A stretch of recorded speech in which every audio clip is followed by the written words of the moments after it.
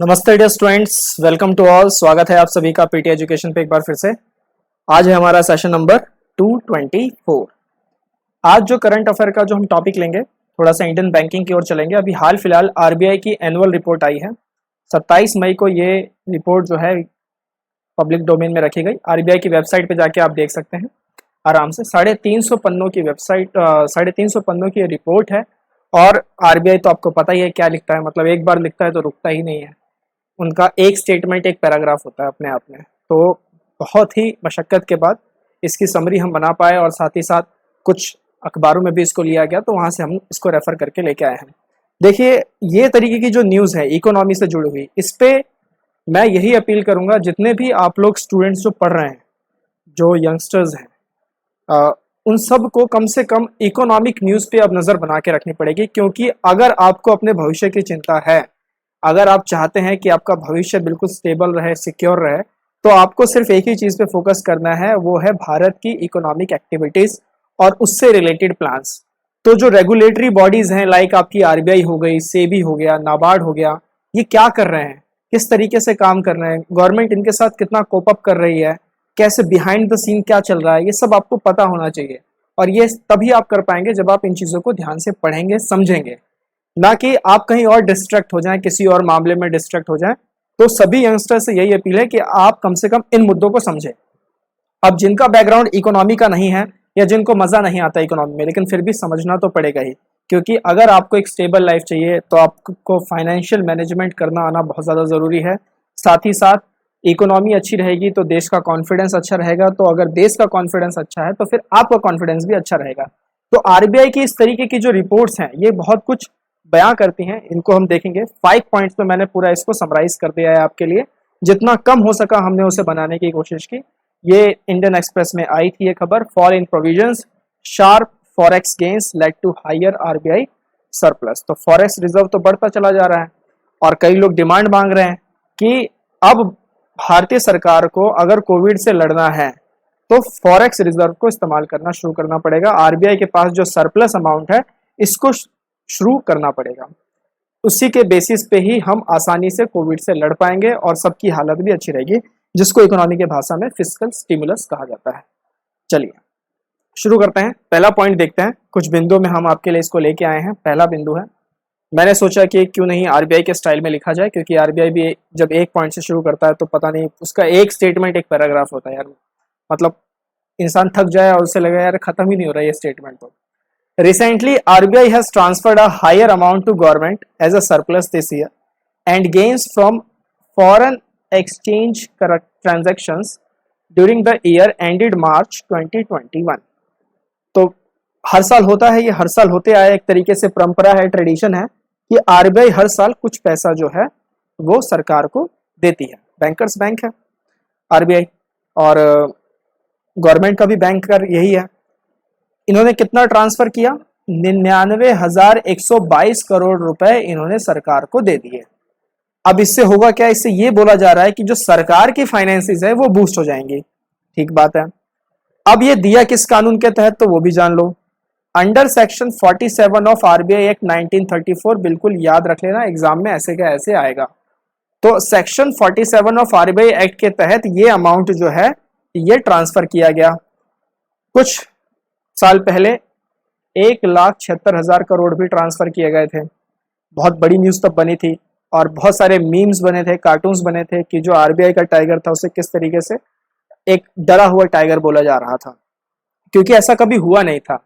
Maximum to maximum UPA की सरकार का अगर रिकॉर्ड आप देखेंगे तो 50,000 करोड़ तक का ही ट्रांसफर किया गया था।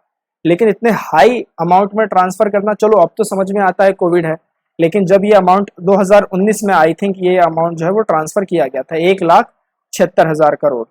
तो जब ये उस वक्त ट्रांसफर किया गया तो उस वक्त तो कोविड नहीं था, तो फिर इतना अमाउंट क्यों ट्रांसफर किया गया? तो इस पर अभी तक जो है कोई भी जवाब नहीं आया किसी भी पार्टी से, मतलब ना गवर्नमेंट ने बोला है और ना ही आरबीआई ने इसको जस्टिफाई किया है। कोई बात नहीं, आगे चलते हैं दूसरे पॉइंट पे। As per the RBI report, अब इस रिपोर्ट में आरबीआई ने बोला है कि उनका जो फॉरेन एक्सचेंज ट्रांजैक्शन है वो बहुत बढ़ गया। कितना? 50,629 करोड़ हो गया 2020-21 में forex. In its foreign exchange, मतलब मालूम है ना कि एक करेंसी की ट्रेडिंग दूसरे करेंसी में होती है, उसे फॉरेन एक्सचेंज कहता है। In its report RBI has said that bank frauds of rupees 1 lakh and more fell by 25%। साथ ही साथ रिपोर्ट में जो बैंकिंग फ्रॉड्स हैं, एनपीएस वगैरह जिससे बहुत ज्यादा क्रिएट होते हैं, नॉन परफॉर्मिंग एसेट, तो आरबीआई ने उसके तरफ भी इशारा करते हुए बोला कि बैंक फ्रॉड 1 लाख या उससे ज्यादा के जो फ्रॉड्स हैं उसमें भी भारी गिरावट आई है, 25% की गिरावट आई है, जो कि वैल्यू में है 1.38 ट्रिलियन रुपीज 2020-21 के लिए। और सालाना अगर बात करें तो 15% का डिक्लाइन इस सेक्टर पे देखा गया है बैंकिंग फ्रॉड को लेके। अब आरबीआई ने एक और चीज कही अपनी रिपोर्ट में कि तरलता जो है हमारे सिस्टम में, लिक्विडिटी, इनको हम मॉनेटरी पॉलिसी के साथ ही अलाइन करके रखेंगे। मतलब क्या इसका? मॉनेटरी पॉलिसी का मतलब होता है repo rate, reverse repo rate, ये सब आपने पढ़े होंगे ना, दीज आर मॉनेटरी पॉलिसी। तो ये जैसे रेट ऊपर नीचे होते हैं तो समाज में जो फाइनेंशियल स्टेबिलिटी है वो भी ऊपर नीचे होने लगती है, और उसका सारा लेन देन होता है तरलता से, लिक्विडिटी से। तो आरबीआई ने बोला कि हम सिस्टम में लिक्विडिटी मेंटेन करके रखेंगे, मॉनेटरी पॉलिसी के साथ उसे अलाइन करके रखेंगे। और ये सब करेंगे कैसे? तो एक प्रोग्राम उन्होंने बताया जो कि सेकेंडरी मार्केट में लेके आते हैं, G sec acquisition programme, G SAP, ये सब आप याद रखिएगा। Monetary transmission will also continue to support the financial stability in the economy. Monetary transmission मतलब वही repo rate, reverse repo rate, ये सारे, और मॉनेटरी पॉलिसी। तो लगे हाँ, तो आज के लिए आपका पहला सवाल कि मॉनेटरी पॉलिसी कमिटी में कितने मेंबर होते हैं, how many members in the monetary policy committee, जरूर बताइएगा। एग्जाम में आ चुका है, इवन आईएएस की परीक्षा में भी आ चुका है। तो ये था, ये जो हमने बात की, पहले बिंदु में हमने किस पे बात की, कितना अमाउंट ट्रांसफर किया। दूसरे बिंदु में बात की कि फॉरेक्स रिजर्व क्या था, फिर उसके बाद बैंकिंग फ्रॉड कैसे घटे, उसके बाद फिर मॉनेटरी पॉलिसी का ये आगे कैसे सस्टेन करेंगे। तो आरबीआई ने मतलब पाथ फॉरवर्ड भी दिया है। तीसरे पॉइंट पे चले तो डिजिटल पेमेंट की अब यहाँ पे बात की जा रही है कि 2020-21 में डिजिटल मोड्स ऑफ पेमेंट में भारी इंक्रीज देखने को मिला। कितना? 4,371 करोड़ देखा गया, volume wise, not value wise, transaction volume wise 4,371 crore 2020 में, जबकि 2019 में ये था 3,412 करोड़। कुछ आंकड़े ध्यान रखिएगा, कहीं लिखने पे कहीं बयां करने पे आपके मदद करेंगे। कुछ और इनिशिएटिव्स भी लिए गए जैसे कि innovation hub, regulatory sandbox. Regulatory sandbox क्या होता है कि एक जैसे फिनटेक के लिए आता है, ये फाइनेंशियल टेक्नोलॉजीज के लिए, कि अगर मान लीजिए मेरे को कोई मोड ऑफ पेमेंट मेरे को सूझा, कोई नया मॉडल पेमेंट का मुझे सूझा, तो मैं सरकार के पास जाके बोलूंगा मेरे पास भाई ये मॉडल है, आप देख लीजिए, तो उसकी टेस्टिंग करनी पड़ेगी। तो उसकी टेस्टिंग के लिए कुछ नॉर्म्स, कुछ रेगुलेशंस मेरे को जो है एग्जेम्प्ट करेगी आरबीआई, उसे कहा जाता है रेगुलेटरी सैंडबॉक्स। मुझे एक तरीके का इन्वायरमेंट दिया जाएगा कि ठीक है आप कीजिए, आप अपने इस मॉडल पर ट्राई कीजिए, इस प्रोडक्ट को जो भी आपको टेस्टिंग लग रही है आप कीजिए, हम आपके साथ हैं। तो उसे रेगुलेटरी सैंडबॉक्स कहा जाता है, मतलब साथ रहना। Innovation hub, offline payment solutions, और भी बहुत सारे। एक रैंकिंग में भी हाल फिलहाल आरबीआई लेके आया था। आज के लिए आपका दूसरा सवाल कि आरबीआई ने अभी हाल फिलहाल एक नया इंडेक्स लॉन्च किया था, उस इंडेक्स का नाम क्या था? ये सारे सवाल परीक्षाओं में आएंगे, जरूर ध्यान रखिएगा। अगले बिंदु पे चलते हैं। तो आरबीआई ने ये भी बोला कि वो जो है जियो टैगिंग फ्रेमवर्क, जैसे कि बैंक ब्रांचेस उनको कैप्चर करना, एटीएम्स को कैप्चर करना, मतलब एक तरीके से आप ये कह लीजिए कि जो फाइनेंशियल इंक्लूजन है, एक ये वही सारी बातें तो है, फाइनेंशियल इंक्लूजन की बातें हैं। तो उसके प्रोसेस में भी आरबीआई काफी काम कर रही है, उसके एक्सटेंशन पे भी आरबीआई काफी काम कर रही है। साथ ही साथ ये भी कोशिश कर रही है कि जो भारत का डोमेस्टिक पेमेंट सिस्टम है वो क्रॉस बॉर्डर ट्रांजेक्शन्स में भी कितना ज्यादा एक्सप्लोर किया जा सकता है, वो सब देखे जा रहे हैं। और फिर रेमिटेंसेस वगैरह पे भी बात की जा रही है, क्योंकि अभी हाल फिलहाल तो यह है कि भारत की इकोनॉमी ऐसी चल रही है, आपकी जानकारी के लिए, कि स्टॉक मार्केट ऊपर, एफडीआई ऊपर, ठीक है, और पॉवर्टी नीचे। आपको मालूम है एक आंकड़े के अनुसार जो मिडिल क्लास फैमिली है वो 3.5 करोड़ से स्लिप आउट करके बिल्कुल पुअर सेक्शन में आ गई है। 3.5 crore people has been shifted from middle class family to the poor section of society. और पुअर सेक्शन ऑफ सोसाइटी में 7.5 करोड़ लोगों को देखा गया है, न्यू पीपल हैव एडेड। मतलब पॉवर्टी और आती जा रही है और ये इंडेक्स और बढ़ता जा रहा है, रिचेस्ट पर्सन और आते जा रहे हैं। तो बेसिकली ये सब क्या इंडिकेट करता है? सपोज करो this is I for India, और ये एक आपका लेवल है, आप ऐसे, कुछ लोग ऐसे राइज कर रहे हैं, कुछ लोग ऐसे राइज कर रहे हैं, मतलब ऐसे डाउन में जा रहे हैं। तो दिस इज कॉल्ड के शेप रिकवरी। तो इसके राह पे तो भारत चल पड़ा है।